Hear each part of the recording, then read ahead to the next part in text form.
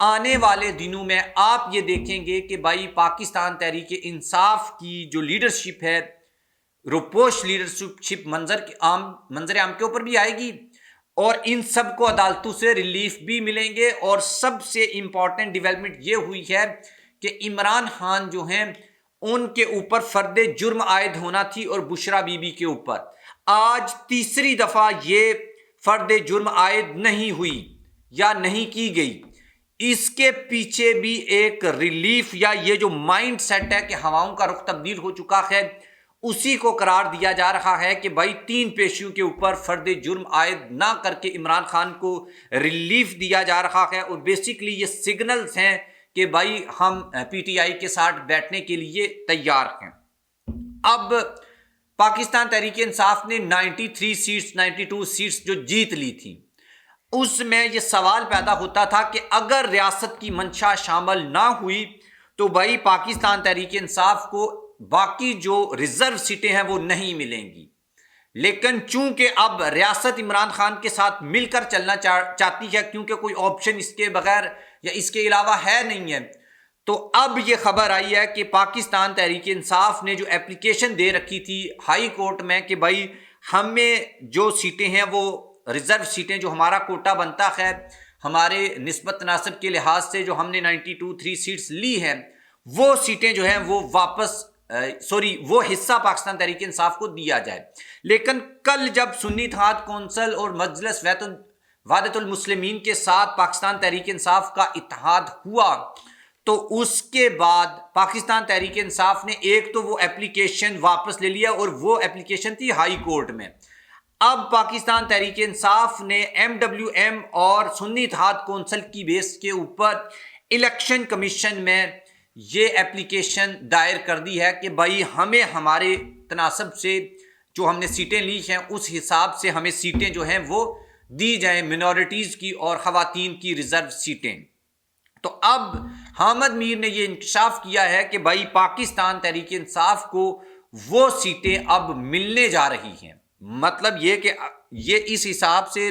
یعنی نون جو ہے اس کی سیٹیں کم ہوں گی، اور پی ٹی آئی 117 سیٹوں کے ساتھ 117 نشستوں کے ساتھ پاکستان کی قومی اسمبلی میں سب سے بڑی پولیٹیکل پارٹی بن کر سامنے آئے گی۔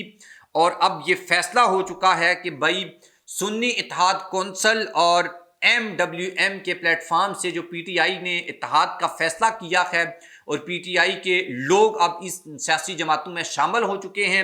اس بیس کے اوپر پی ٹی آئی کو اب یہ بہت بڑا ریلیف ملے گا۔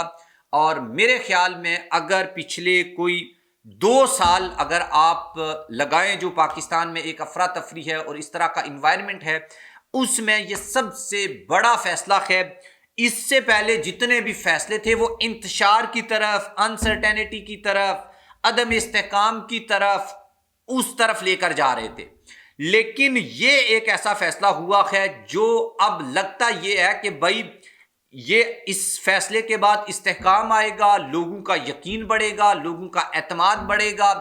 اور لوگ جو ہیں بیسیکلی یہ فیصلہ ہوا ہے کہ بھائی اب آگے بڑھنا ہے۔ وہ جو ایک آپریشن تھا، وہ جو ایک فالس ٹائپ کا آپریشن تھا، وہ اب ختم ہو رہا ہے، اور ریاست بیسیکلی جو زمینی حقائق ہیں ان کو تسلیم کرتے ہوئے آگے بڑھنا چاہتی ہے، یا انہوں نے آگے بڑھنے کا فیصلہ کر لیا ہے۔ اور باقی رہا معاملہ یہ کہ بھائی عمران خان صاحب جو ہیں ان کے کیسز کے حوالے سے کیا ہوگا، اس کے حوالے سے ابھی تک کوئی ایسی اپڈیٹ نہیں ہے۔ ہاں اتنی بات ضرور ہے کہ جس طرح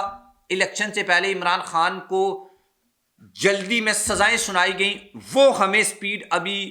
بلکہ اس کا الٹا جو ہے وہ ہمیں اب دیکھنے کو مل رہا ہے کہ نہیں اس طریقے سے ایک تو کیسز نہیں چل رہے، اور دوسرا یہ کہ جہاں پر کیسز چل بھی رہے تھے تو ان کو سٹاپ لگ چکا ہے، آگے کوئی کیس اب بن نہیں رہا اور آگے نہ کوئی کیس چل بھی نہیں رہا۔ تو یہ ایک بہت بڑی ڈیولپمنٹ کے طور کے اوپر، بریکنگ نیوز کے اوپر پاکستانی میڈیا میں اس چیز کو دیکھا جا رہا ہے، اور ابھی تک نون اور پیپلز پارٹی کو جو ایک ٹاسک دیا گیا تھا 48 آورز کا کہ بھائی وہ بھی مکمل ہونے والا ہے، کچھ گھنٹے باقی ہیں کہ بھائی آپ اپنے معاملہ طے کر لیں، ادروائز ہم پھر اپنی طرف سے اس کا کوئی سلوشن نکالیں گے۔ وہ دونوں سیاسی جماعتیں یا ان کے اتحادی ابھی تک کسی ایسی پوزیشن کے اوپر، کسی ایسے پوائنٹ کے اوپر نہیں پہنچے جس کے بعد ہم یہ کہہ سکیں کہ بھائی اب یہ دو سیاسی جماعتیں پاکستان میں حکومت بنانے جا رہی ہیں۔ تو یہ بھی اپنی جگہ ایک بڑا کرائسس ہے۔ اگر یہ کرائسس جو ہے وہ نہیں ختم ہوتا، اور پی ٹی آئی نے یہ اعلان کر دیا ہے عمر ایوب کے علاوہ جو بھی پاکستان کا وزیر اعظم بنے گا وہ جعلی وزیر اعظم ہوگا، ہم اس کو تسلیم نہیں کریں گے، اور یہ اس میں کوئی دوسری رائے بھی نہیں ہے۔ تو لیکن آپ نے اس کے اوپر اپنی اوپینین دینی ہے، اور یہ جو اب سیٹیں پاکستان تحریک انصاف کو دینے کا فیصلہ کیا گیا ہے، یہ ایک بہت بڑی ڈیولپمنٹ ہے کہ بھائی اب ریاست نے مینڈیٹ تسلیم کر کے اس نسبت تناسب کے ساتھ پی ٹی آئی کو سیٹیں دی ہیں، اور منورٹیز اور یہ جو خواتین کی اسپیشل سیٹیں یہ سب سے زیادہ پی ٹی آئی کو ملیں گی، کیونکہ سب سے زیادہ سیٹیں ان کے پاس ہیں۔ تو اس طرح بھی پاکستان تحریک انصاف اور نون لیگ کی جو سیٹوں کا جو ڈفرنس ہے وہ اب مزید جو ہے وہ بڑھ چکا ہے، اور پاکستان تحریک انصاف ایک بڑی سیاسی جماعت کے طور پر سامنے آئے گی۔ آپ اس کے بارے میں کیا اوپینین رکھتے ہیں ضرور جا کر کمنٹ باکس میں لکھیے گا۔ اللہ حافظ۔